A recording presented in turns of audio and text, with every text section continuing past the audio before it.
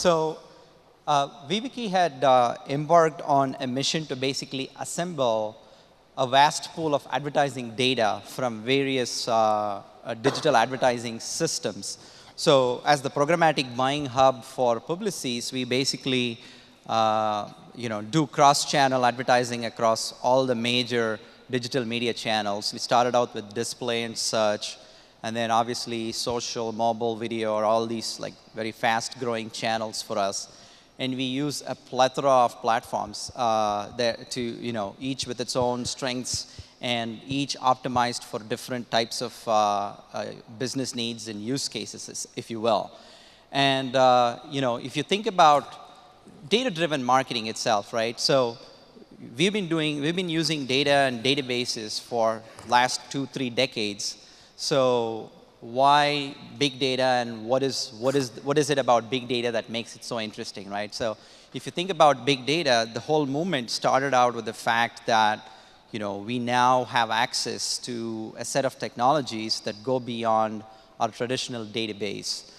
The good old Oracles and SQL servers of the world that have been around for 20, 30 years at this point, but they had certain limitations and they were used to process certain data sets.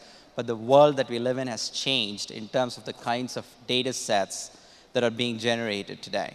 So if you think about what we have done at VivaKi as we created this platform, and I'll walk you through what has gone into this platform and what we've created here, it's essentially it's our response to the proliferation of big data sets that we see in the advertising world. Again, we don't necessarily put technology for the sake of technology. There's clearly a growing business need in terms of these data sets that have suddenly sprouted up that didn't exist. And we'll go through that in a little bit. But the platform that we have built, we call it Skyscraper. It essentially gives unparalleled visibility across all the campaigns and advertising spend that we do.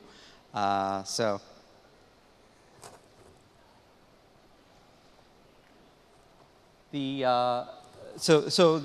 idea behind Skyscraper is basically to bring in the campaign performance data from all the different sources, whether it be display, video, social, mobile, all these channels, bring it into a central data warehouse, and you're able to basically get a 360 view of how every dollar of a client's advertising spend is basically being spent. And we sort of do that from two perspectives. We have spend data sitting in various media systems within our agencies. So again, for those of you not necessarily familiar with Publicis, we are a holding company with several different agency networks. And each of these agency networks are working with different clients across the world. We pretty much have a presence in every continent. And all these global brands are basically doing advertising spend across all these different channels across the globe. And there are two dimensions to it. One is, as the data flows from our system, we keep a record of all the different spend that we are doing across all these channels on our end. And then as these flow into the media systems of our technology partners, we basically get the campaign performance data back from these systems, so we can then start doing some analytics on top of it to understand how effective these various ad campaigns have been, try to compare one channel to the other, and within a given channel, try to compare different platforms. Within platforms, try to compare different campaigns. So you could go to any level of granularity in terms of trying to get intelligence of how all these different campaigns are performing. So why big data here, right? So I just wanted to take a few minutes to stop and think about what are some of the changes in the digital world that have necessitated the use of big data technologies. So assume that most, if not all of you, are by now familiar with the three dimensions by which big data gets described: the volume, velocity, and the variety dimensions. And the key aspect here is, again, going back to my earlier reference to traditional database technology, they were able to handle data with certain volume attributes, variety attributes, and that flowed at certain velocities. And today, as we started looking at all the different sources from which we are getting data, the traditional database wasn't really quite cutting it. Again, this is motivated by what our media teams were telling us. They were basically telling us, hey, if I need to further optimize these campaigns, I need this data. And so, we sort of push the edge in that sense. Like, there are certain standard canned reports that you could get from a lot of these platforms, but that isn't quite adequate for the kind of sophisticated analytics that our teams like to do. So we basically have to up the ante there. It's sort of like, at one point, you're drilling for oil in like an onshore rig, and then suddenly now they're asking for a lot more. And so now you're asked to go offshore and dig deeper for the volume that you're looking at. And at that point, you have to get a much bigger rig, probably requiring much higher levels of sophistications to operate. And it also costs a lot more. And that's sort of the situation that we landed in, starting probably about 5-6 years ago. That's when we started getting all these requests from our media buying teams that were about, hey, I need to get all these insights from these really big data sets, if you will. And I'll give you examples of some of these things. So, if you think about the volume dimension, right? What do we mean by big data and volume dimension? So if you think about I'm referring to US desktop searches here.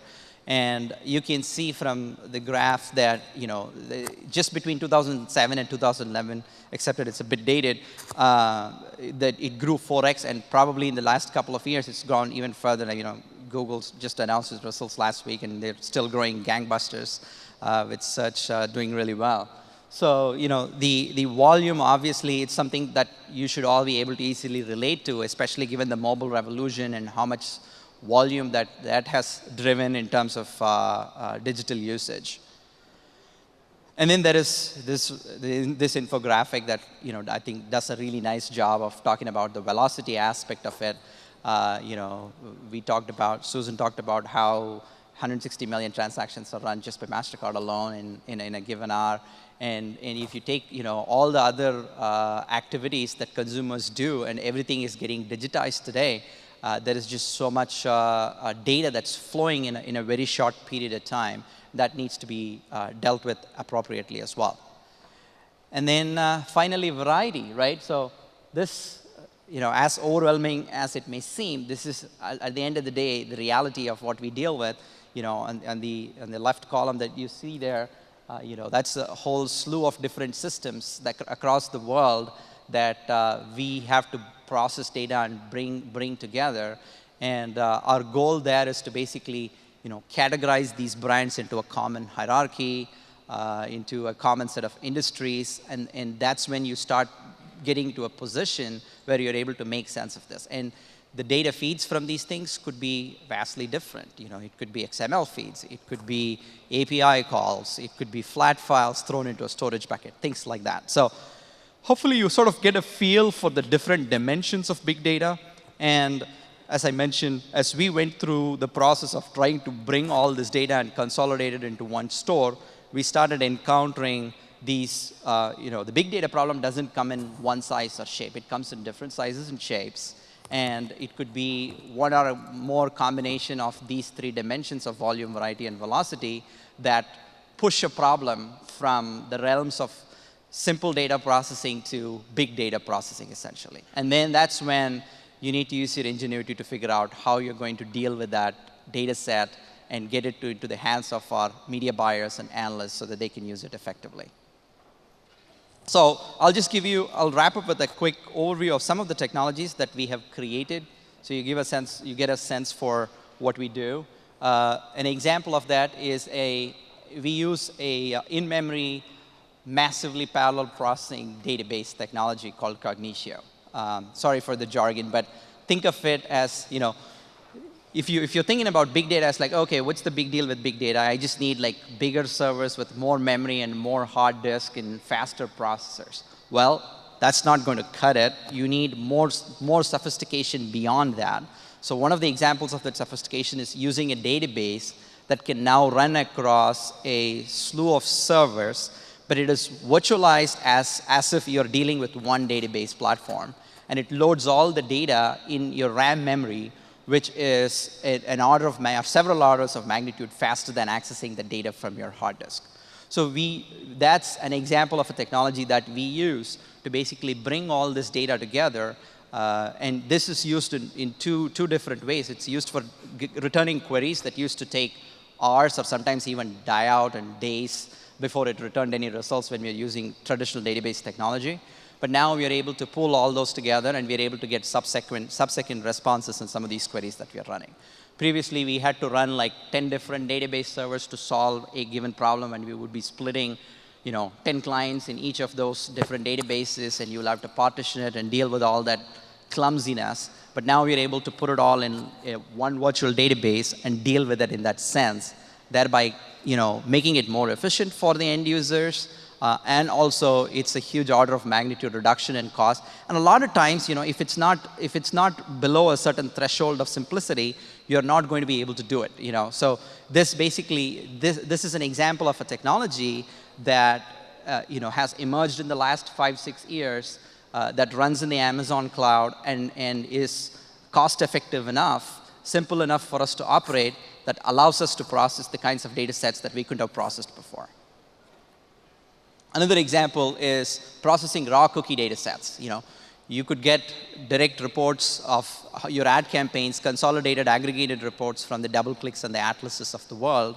But our media buyers and our analytical teams, they needed vastly more insights than that, and they wanted to go right to the raw cookie data.